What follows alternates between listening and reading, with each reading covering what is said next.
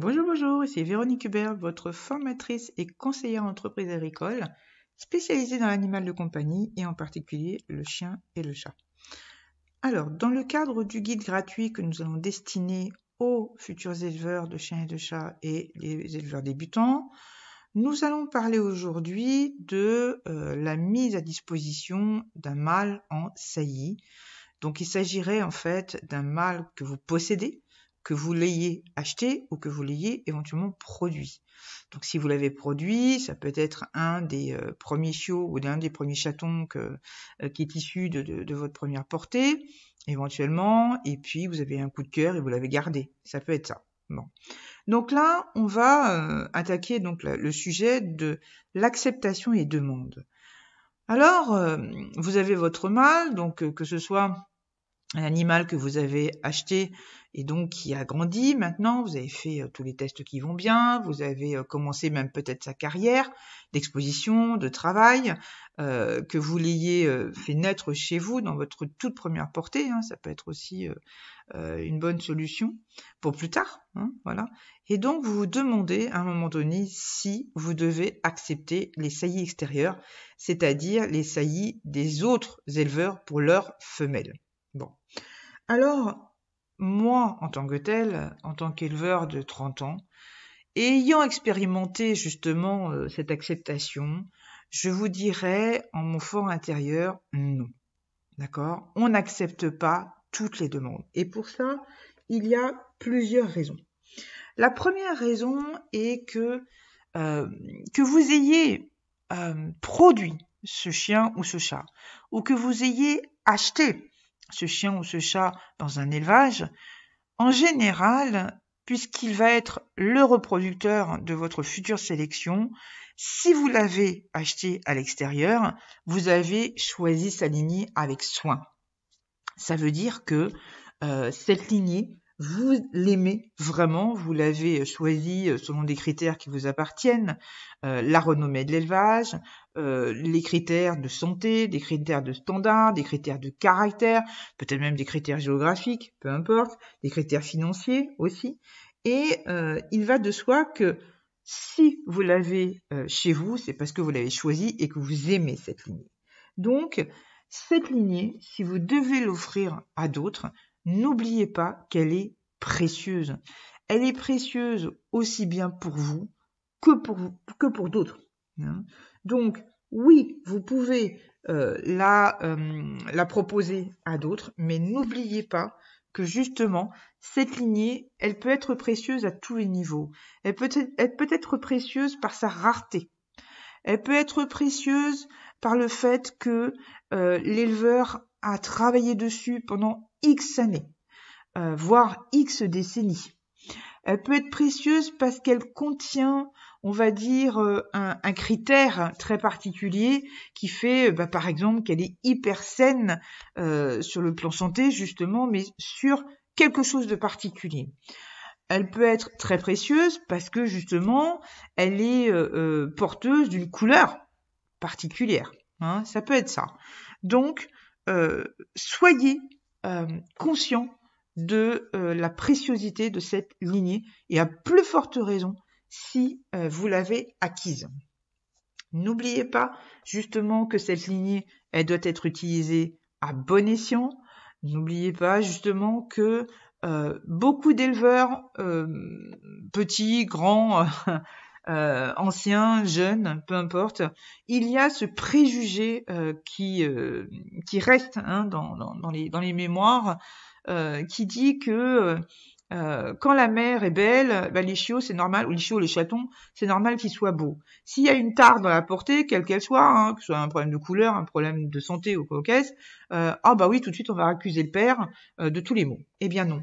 Sachez que pour faire sortir des anomalies et des tares en général, qu'elles soient physiques, qu'elles soient de santé, que ce soit autre, hein, eh bien il faut être deux.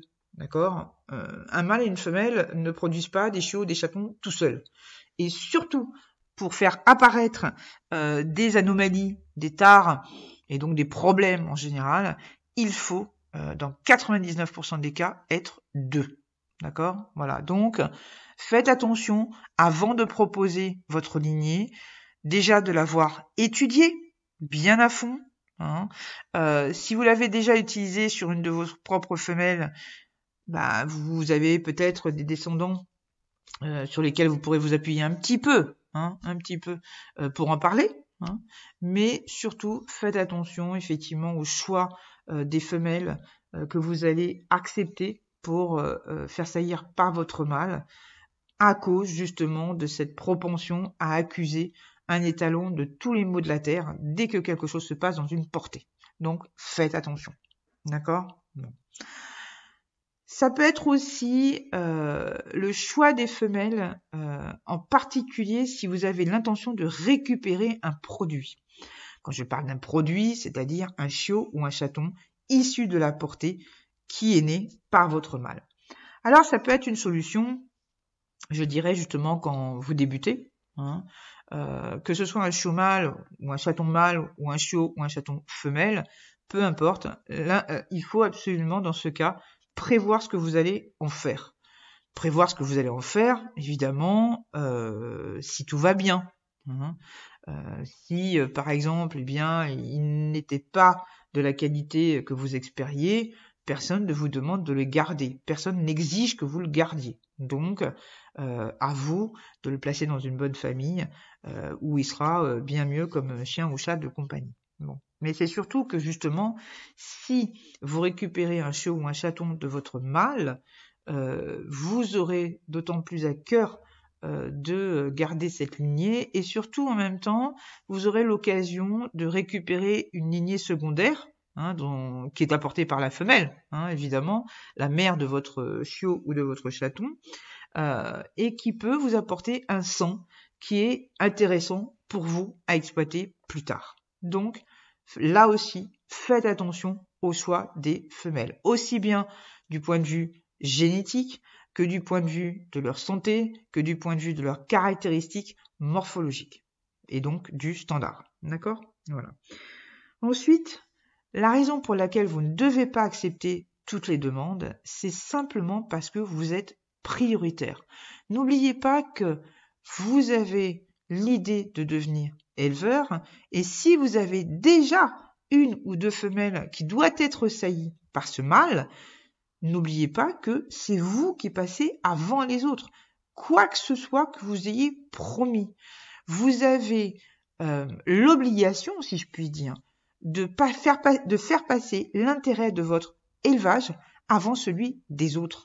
Donc, si vous savez que vous avez des femelles à faire saillir et que vous connaissez un petit peu leur cycle ovarien, que vous savez quand est-ce qu'elles vont tomber un peu en chaleur, eh bien, évitez d'accepter 36 000 propositions de saillie, surtout en ces périodes-là. Que ce soit un chat ou un chien, les spermatozoïdes ne se renouvellent pas toutes les 5 minutes, donc il faut un temps de repos quand même qui soit raisonnable et qui fait que il ne pourra pas forcément saillir 2 ou 3 femelles le même jour. Hein. Donc faites un planning quand vous voyez approcher donc soit les chaleurs de vos femelles, soit que vous avez des demandes un petit peu importantes pour la même période, faites un planning quoi. Et puis surtout ne promettez rien de vraiment fixe, hein, surtout parce que vous avez des femelles à faire saillir. Si vous n'en avez pas à cette époque-là, eh bien, il n'y a aucun problème. Par contre, faites attention de ne pas promettre une même saillie le même jour pour 2 éleveurs différents, enfin 2 propriétaires de femelles différents, hein, parce que là, vous allez avoir des soucis. Je sais que les chaleurs des femelles, on ne les commande pas, mais si vous savez que vous avez en fait des demandes à un moment précis, parce qu'en général, l'éleveur il va vous contacter en vous disant bah écoutez, votre mâle m'intéresse, bon ce sera à peu près dans cette période-là. Bon, vous voyez à peu près, mais vous n'êtes pas sûr. C'est justement quand le propriétaire va vous appeler que la femelle est en chaleur, donc démarre ses chaleurs, que là, il va falloir être vraiment strict sur les plannings des uns et des autres et voir exactement qui peut venir et qui ne peut pas venir. Sachez qu'un éleveur digne de ce nom doit prévoir un plan B. Hein, donc vous êtes propriétaire de l'étalon. Si votre mâle n'est pas disponible, il doit prévoir un plan B, c'est-à-dire un autre mâle qui peut être dispo parce que le vôtre ne l'est pas. Hein, ça, c'est ce qu'on appelle prévoir. D'accord? Voilà.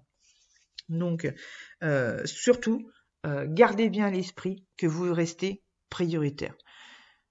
Ensuite, il y a quelque chose qu'on oublie très souvent, c'est que on ne propose pas, mais ça peut être une question de bon sens, mais en même temps, on sait, hein, on a un jeune mâle qui nous plaît vraiment, on a des demandes parce que ça lignée, voilà, etc. Et on se dit, bah oui, pourquoi pas, à la limite tu reproduis chez nous ou chez quelqu'un d'autre, peu importe. Bon, je vous dirais sincèrement, non. Si vous voulez proposer votre mâle en saillie, attendez qu'il ait reproduit chez vous. Alors, il est évident que si vous savez que vous n'aurez pas de femelle avant 4-5 ans, oui, d'accord, hein, vous pouvez accepter les propositions de femelles et donc justement de le faire saillir en attendant que vous puissiez l'utiliser. Mais dans ce cas-là, prenez vos précautions. Allez chez un vétérinaire et faites-le prélever, c'est-à-dire faites faire un examen de son spermogramme pour voir si tout va bien. Voilà. Voir si les bébêtes bougent bien, si elles sont assez nombreuses, si elles ne sont pas déformées. Voilà, donc qui peut vous donner une idée de ce qui se passe à l'intérieur. Et puis surtout, pour pouvoir éviter que des gens viennent à la saillie chez vous et repartent avec ce qu'on appelle des ventres vides. D'où l'intérêt pour un chien de faire un spermogramme afin de rassurer les propriétaires de femelles avant qu'ils viennent chez vous. Évidemment, comme je viens de le dire, on parle du chien. Au niveau du chat, c'est beaucoup plus compliqué. Hein, faire un spermogramme pour un chat, Maintenant, on va dire qu'au niveau du chat, l'animal est beaucoup plus productif en règle générale, productif assez tôt, donc s'intéresse assez tôt aussi aux femelles. Donc même si vous n'avez pas de femelle vous-même, vous avez de grandes chances pour qu'il soit productif chez les autres.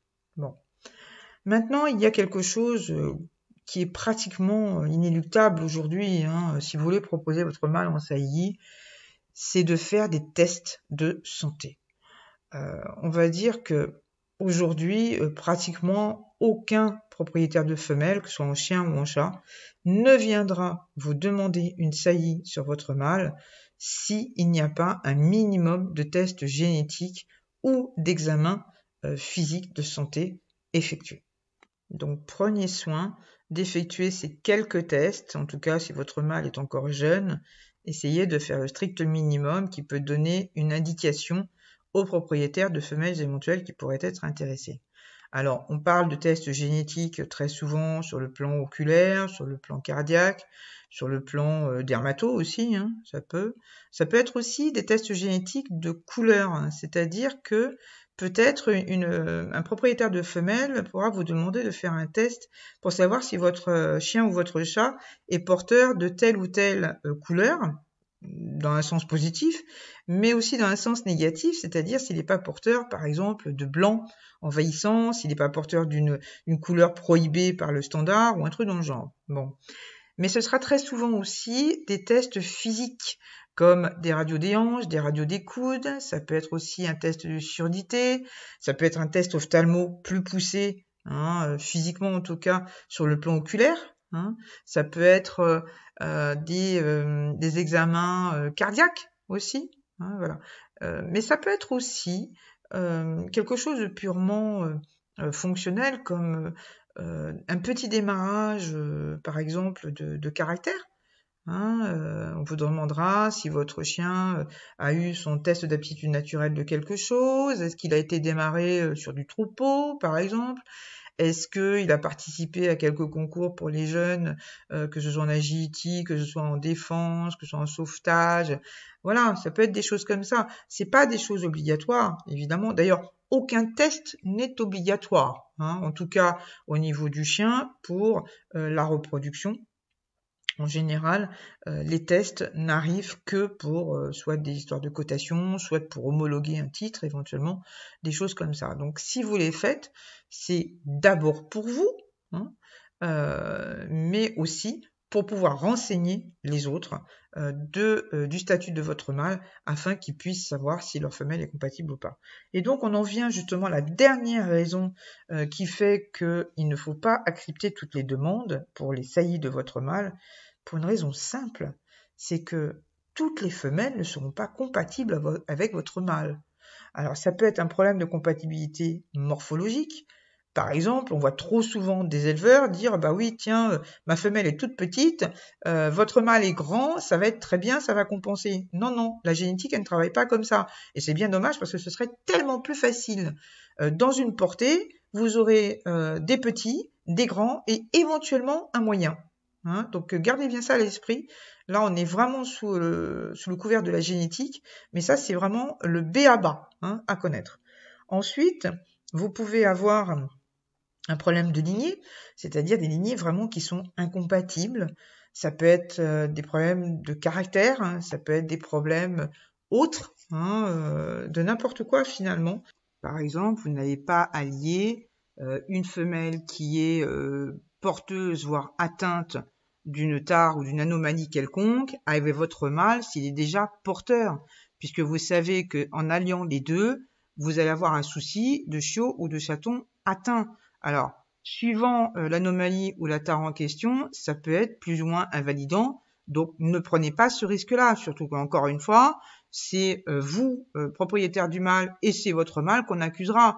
On ne s'occupera pas de savoir que la femelle, elle est forcément porteuse dans l'histoire, voire même atteinte, d'accord ?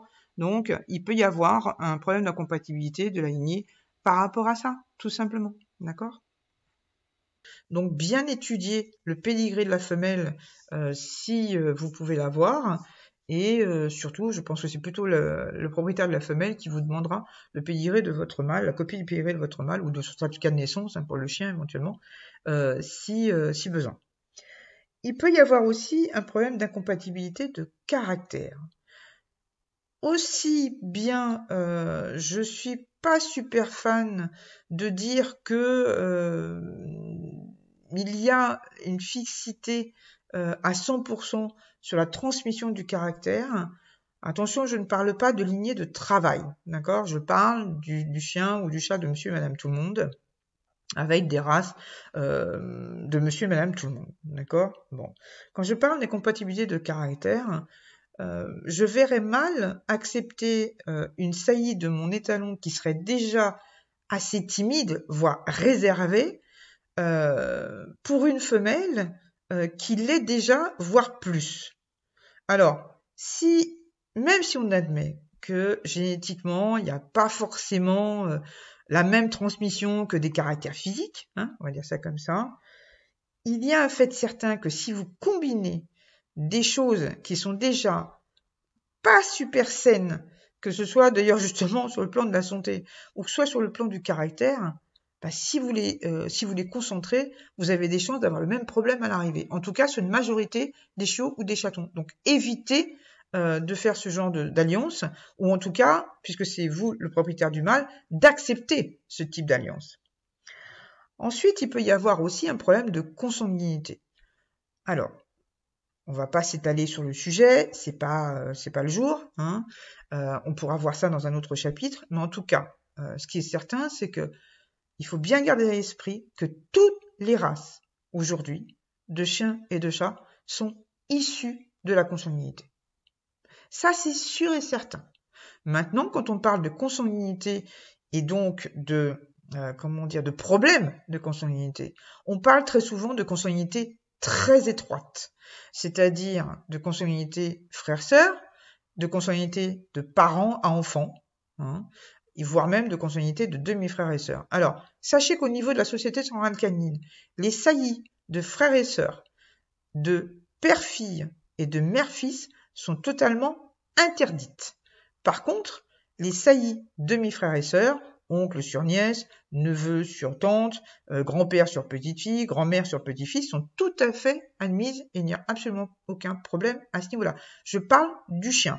Au niveau du chat, il semble que le LOUF ait quand même mis quelques garde-fous, surtout pour certaines races, de ne pas accepter un taux de consanguinité au-dessus d'un certain pourcentage. Donc, renseignez-vous au niveau du LOUF si vous avez du chat, même si vous avez que le mâle, demandez-vous si vous pouvez accepter la saillie de telle femelle parce que justement son pédigré serait peut-être un petit peu trop proche avec celui de votre mâle.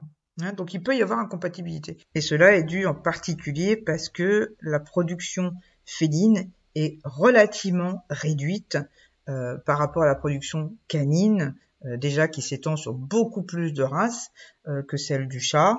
Donc forcément, le pool génétique est beaucoup moins important et évidemment, vous avez une possibilité de consanguinité qui est quand même plus élevée chez le chat que chez le chien. Pour en rester au niveau du chat, n'oubliez pas aussi quelque chose de très important. Il y a des incompatibilités sur le plan du groupe sanguin sur certaines races. Donc, renseignez-vous au niveau du louf ou au niveau de la race que vous souhaitez élever, que vous élevez déjà plus ou moins, pour savoir justement, pour en connaître plus sur cette histoire de groupe sanguin. C'est vraiment particulier au chat, puisque au niveau du chien, on n'a pas du tout ce problème. Parce que, en fait, les soucis de groupe peuvent entraîner des graves dommages au niveau des chatons et surtout oblige le propriétaire de la femelle à séparer ses chatons de la mère dès qu'ils sont nés, quoi, pratiquement. Voilà, donc c'est un petit peu dommage. Donc faites vérifier ça aussi, faites ce test-là qui peut donner une indication certaine pour le propriétaire de la femelle. Voilà, j'espère que toutes ces petites informations vous auront été utiles. Je vous retrouve dans le prochain épisode et je vous dis à très bientôt.